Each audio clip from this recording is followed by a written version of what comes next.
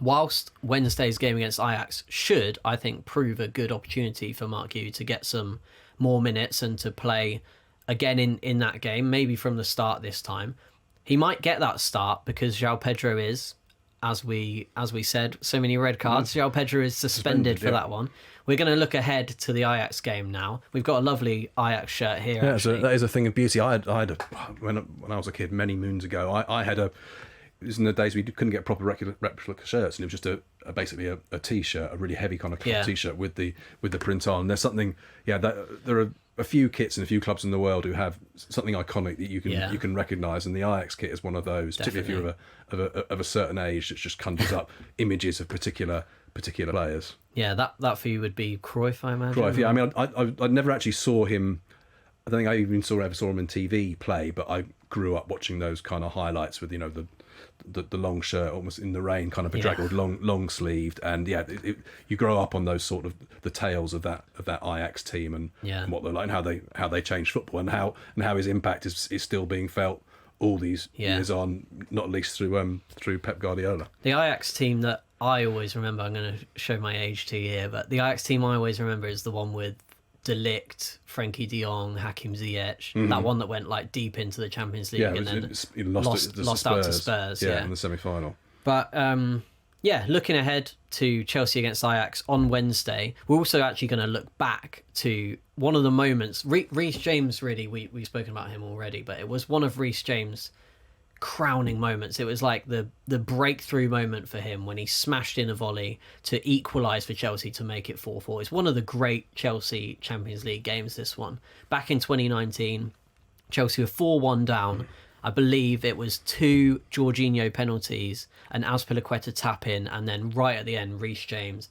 Really similar, actually. I went and watched the game back. It was really similar to his goal against Forest at the weekend. It's like a cross that comes in, keeper punches it out, and then Reece James just arrives at the perfect time and smashes it. It's his one against Ajax was actually more into the corner, whereas the one against Forest was pretty much straight down the middle.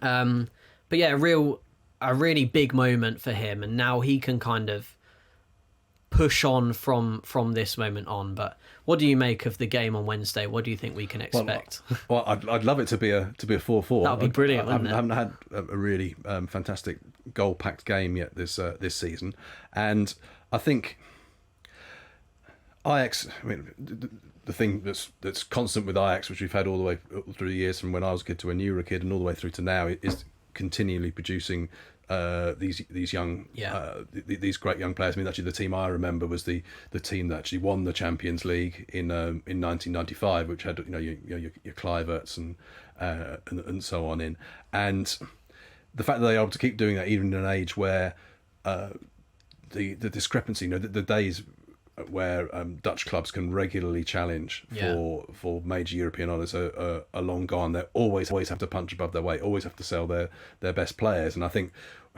obviously another talking point from this game is Jarell Hato, who was signed for a not insignificant amount of money this summer, and probably, I don't know whether he was expecting more game time. I think Maresca said at the start for him and for Estevao and others that he would, as far as he could, give them time to adapt to the demands of the Premier League and of being a Chelsea player.